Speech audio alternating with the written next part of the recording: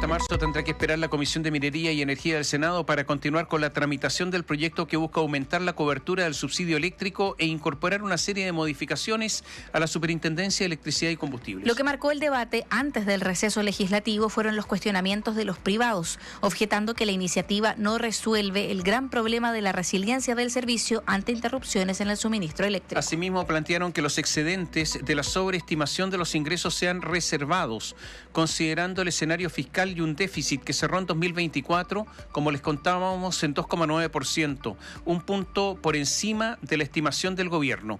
Vanessa Gajardo, muy buenos días. Buenos días, Vanessa. ¿Cómo están? Muy buenos días. Y claro, como lo mencionaba, la Comisión de Minería y Energía del Senado fijó como meta votar en general el proyecto de ley del subsidio eléctrico a la vuelta del receso legislativo, es decir, en marzo. Sin embargo, las críticas a la sobrerecaudación, el destino de estos ingresos extra y también los cambios que busca aplicar este proyecto a la Superintendencia de Electricidad y Combustibles siguen siendo el centro de este debate. La proyección del gobierno inicial era que postularan el orden de 4,7 millones de familias y el balance actual del Ejecutivo registra apenas 2 millones. De ahí que los pilares de financiamiento, que recordemos son 3, generan excedentes en los recursos estimados. Estamos hablando del orden de 700 millones de dólares. De hecho, lo que han dicho los expertos y también los parlamentarios es que solo con la mayor recaudación por concepto de IVA a propósito de esta alza en las cuentas de la luz ya se alcanza el universo total que busca alcanzar este proyecto. ¿Qué se debatió entonces en el Congreso? Destinar estos recursos, estos excedentes, a la implementación de techos solares. Eso era al menos lo que se definió en la misma comisión, pero de la Cámara Baja. Sin embargo, Analía Rojas, directora ejecutiva de la Asociación Chilena de Energías Renovables y de Almacenamiento, ACERA, dijo que considerando este escenario fiscal, esos recursos podrían guardarse. En vez de destinarlo para la compra de paneles solares, por ejemplo, siguiendo un principio de más bien responsabilidad fiscal que tanto aquí se apela, parece razonable que ese dinero más bien se resguarde, se reserve, en vez de otorgársele a otros usos distintos, además del proyecto y del acuerdo que tuvimos, ¿cierto?, para ir a financiar un subsidio eléctrico.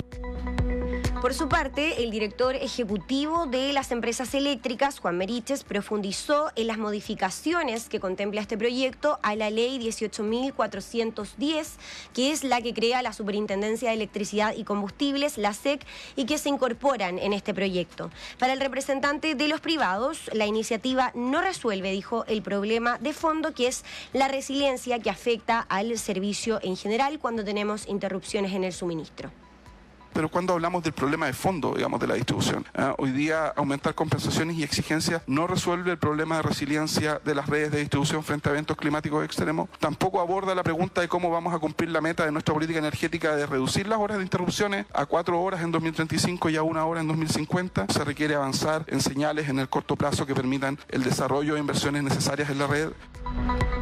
Bueno, y estas atribuciones o modificaciones a las que alude Juan Meriches tienen que ver con un aumento en las compensaciones por interrupción del suministro eléctrico, dotar de más atribuciones a la SEC y además nuevas exigencias en cuanto a la atención por parte de las empresas que a juicio de los privados son imposibles o inviables de lograr. En lo que fue la última sesión de la comisión en el Senado, el senador de Renovación Nacional, Rafael Proens, afirmó que hay empresas generadoras que estarían dispuestas a renegociar los contratos con las empresas eléctricas y así poder extender este subsidio. Recordemos que la deuda alcanza los 6.000 millones de dólares y que desde el inicio de este debate las empresas habían rechazado esta idea. Uno que conversa, por lógico, la empresa plantea esto y todos dicen sí, estamos de acuerdo, pero nos tienen que llamar. Entonces, mientras tanto, regiones como la mía, que es la que tiene el costo más alto a raíz de lo mismo, siguen pagando el costo de la gente, de que esta alza le golpea mucho más fuerte de lo que le golpea al resto del país, que está en este mismo escenario. Sin embargo, el secretario ejecutivo de la Comisión Nacional de Energía, Marco Mancilla, planteó que esta renegociación de contratos, tal como se está discutiendo, como se ha planteado en la Comisión Legislativa, no es algo que tenga base legal en estos momentos.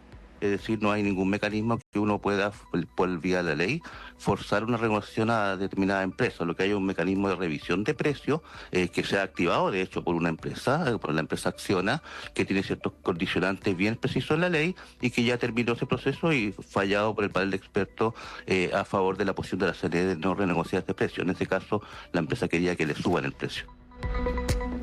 Bueno, desde la Asociación de Clientes Eléctricos dijeron que este proyecto tiene aspectos que todavía tienen que seguir estudiándose y que los sectores productivos, incluidas las pymes, necesitan una respuesta pronta porque ya no pueden soportar más alzas. Pero acá el punto, o en realidad son varios los puntos, María José Tomás, porque primero estamos hablando de que tenemos una ley, la Ley General de Servicios Eléctricos, que data desde el año 1982, es decir, una ley que ya es completamente antigua, que no se adapta, ¿cierto?, a lo que es el cambio climático, estos nuevos eventos, ¿cierto?, climatológicos que ha tenido que enfrentar nuestro país el último tiempo, y un debate de fondo que es cómo esta ley, ¿cierto?, incorpora mayor inversión al sistema eléctrico para poder responder de una mejor manera cuando tenemos este tipo de eventos. Y también otro punto que es sumamente importante, atingente justamente a lo que estábamos hablando antes, que es que este proyecto sobre recauda del orden de 700 millones de dólares solamente con uno de los pilares de financiamiento. Es decir, nos van a sobrar esos 700 millones de dólares. ¿Qué fue lo que se discutió en la comisión de la Cámara Baja? Que esa plata se destine, ¿cierto?, a la implementación de paneles solares para la clase media. Estamos hablando ahora de que tenemos un déficit fiscal que supera en un punto la proyección del Ejecutivo. Y acá los privados plantean un punto importante, lo dejan puesto sobre la mesa. ¿Por qué no guardar esos recursos? ¿Por qué no destinarlos, cierto, por ejemplo, al fondo, al FES, al Fondo de Estabilización Económica y Social? ¿Por qué no destinar esos recursos a otros proyectos que están pendientes, a otras necesidades de la ciudadanía? Y es un debate que está recién comenzando. Parece que este es un nuevo caso de mal cálculo del gobierno. Sí. ¿Por qué? Porque fue muy discutido que se aplicara una rebaja en las tarifas de las empresas que están generando además energía en forma limpia. Porque es a esas empresas, esto es grotesco, o sea, a las empresas que generan en forma limpia les aplicaron una rebaja en las tarifas que tenían acordadas. Y esto provocó incluso problemas con inversionistas extranjeros que están acá. Y resulta que querían recaudar para el subsidio eléctrico. Resulta que el subsidio eléctrico fue mucho menor al esperado porque las personas no se inscribieron. Les quedó plata. Yo creo que tendrían que haber devuelto esa plata, porque ese era el destino. Más allá de discutir si era tan legal que les rebajaran y les cambiaran las condiciones a esa empresa. Y resulta que ahora no saben qué hacer con la plata y dicen, bueno, entonces paneles, bueno... Pero si esto es grotesco. Esto es una improvisación total. ¿Pero qué le pasa al ministro? Que de esa manera los millones de dólares que faltan, los millones de dólares los emplea de esta manera, con la consecuente, además, pérdida de credibilidad a nivel de inversionistas extranjeros, que después de mirar que además de cambiarle los contratos se dan cuenta que el gobierno calcula mal y la plata les sobra, o sea que les cobraron de más, porque esa es la verdad. ¿Qué se hace acá? Y acá algo importante de mencionar es que esta plata que sobra, estos excedentes, no es que se haya metido la mano al fisco para financiar este proyecto. Los tres pilares de financiamiento son los siguientes: un impuesto a los PMGD, a los pequeños generadores, un impuesto al carbón, ¿cierto?, a las grandes empresas, y lo que es la sobrerecaudación por concepto de IVA, que eso se le hace, digamos, a las cuentas de las personas a usted en su casa. Entonces, no es que el Estado se haya metido de la mano para poder financiar este proyecto. Esos 700 millones de dólares que sobran es plata de las empresas, es plata de los pequeños generadores y es plata de la ciudadanía. Ahora bien, llevándolo también a otro debate de otro proyecto que, bueno, ya ahora es ley, con los ingresos totales que se planteaban, ¿cierto?, para el año 2024 era 21,9% del PIB. Eso fue el excedente final, digamos, de los ingresos de Chile el año 2024. Mario Marcel, cuando presenta la reforma de pensiones, la sostenibilidad fiscal que le da a este proyecto con ingresos permanentes, hablan del orden de 25,7%. Eso es lo que él proyecta para cuando se discute la reforma. Los ingresos totales fueron de un 21,9%. ¿Qué quiere decir esto? Que la reforma parte coja. Oye, mira, hay un tema más. Bajo el primer gobierno, el primer año del gobierno de Gabriel Boric, se aplicó la ley de presupuesto del gobierno anterior. Todos sabemos que la ley de presupuesto se aprueba el año anterior y era la ley presentada por el gobierno de Piñera. Sí. Ahí se produjo el ajuste fiscal después del enorme gasto durante la pandemia y ese primer año Chile tuvo superávit. Tuvo superávit. Entonces todos dijeron, nosotros ajustamos la economía. Ustedes habrán escuchado decir a Camila Vallejo, la vocera que ahora está con prenatal, etcétera, etcétera. Nosotros ajustamos. La verdad es que fue la ley del gobierno anterior. Lo que hicieron fue aplicar la ley, pero si uno dice, bueno, no aplica la ley, ya estamos en otro estadio. Pero el ajuste se produjo ahí y se produjo superávit. Cuando Mario Marcel ha confeccionado la ley de presupuesto, porque él es el que la hace, resulta que siempre ha habido déficit. Ese es el problema. O sea, nos acostumbramos nuevamente a los déficits. Y ese es el lío en que estamos. Y ahora con todos estos errores de cálculo, eso es peor todavía, porque significa que no hay una confianza en cuánto van a ser los ingresos. Con respecto a la reforma previsional, hay un cálculo en que se dice esto va a generar la ley de cumplimiento tributario. Y por lo tanto con esto financiamos. ¿Financian? También tiene errores esa ley. Bueno, pero ¿financiarán? Yo lo único que quiero decir es que la PGU estaba totalmente desfinanciada. Tan desfinanciada que al año 2030 era 7 puntos del PIB. Algo impagable. O sea, un error grosero. Y yo me pregunto, ¿quién es responsable del error grosero? Bueno, María Marcel dice que esta es la mejor directora de presupuesto de la historia del país. La PGU viene del gobierno anterior, pero ahora se sube, se aumenta, aumentando el déficit que es gigantesco. Entonces, yo no digo que no haya que pagar pensiones y buenas pensiones, estoy diciendo que cómo son los cálculos para todo esto. No, y llama la atención, tú nos hablas, Vanessa, de un déficit de 700 millones de dólares. Y uno dice, ¿cómo se dan el espacio de hacer este tipo de cálculos malos, teniendo por otra parte a los hospitales públicos sin presupuesto en octubre? Exacto.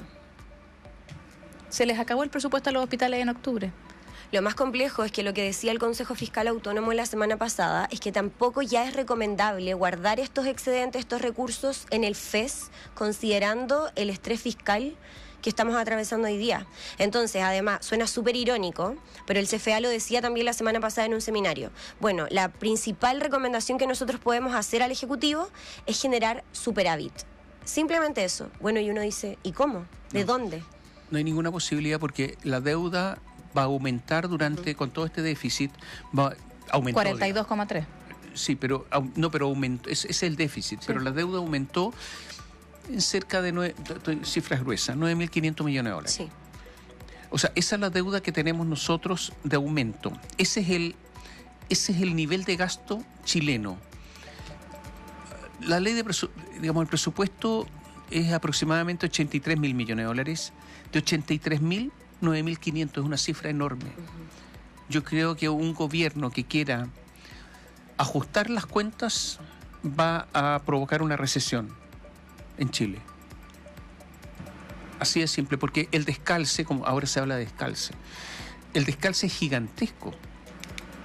La irresponsabilidad ha sido gigantesca. Hay que recordar que los parlamentarios aprueban leyes de gasto, que erogan gasto, con un informe económico. Esos economistas hay que mandarlos para la casa. A ver, para casa todo. Todo esto es falso.